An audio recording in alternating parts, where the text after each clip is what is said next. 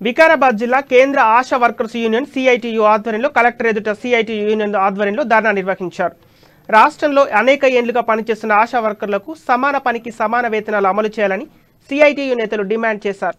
ఆశా వర్కర్లను ప్రభుత్వ ఉద్యోగులు గుర్తించాలని తెలిపారు. అధికారుల వేధింపులు ఆపాలని, పింఛన్ సౌకర్యం కల్పించాలని గుర్తు చేశారు.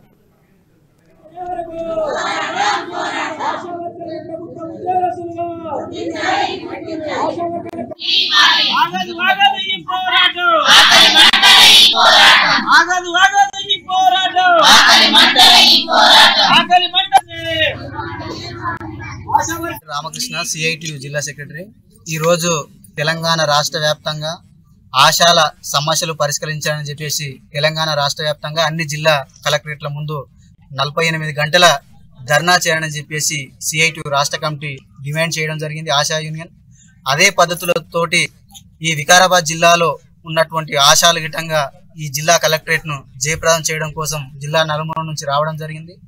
ప్రధానంగా ప్రభుత్వం ఏదైతే ఇచ్చినటువంటి హామీలు ఏవైతున్నాయో హామీలు నెరవేర్చాలని చెప్పేసి సిఐటియు డిమాండ్ చేస్తా ఉన్నాం. వీళ్లకు పనిని బట్టి పారితోషికం అంటని చెప్పేసి మా పిల్లల భద్రత లేదు.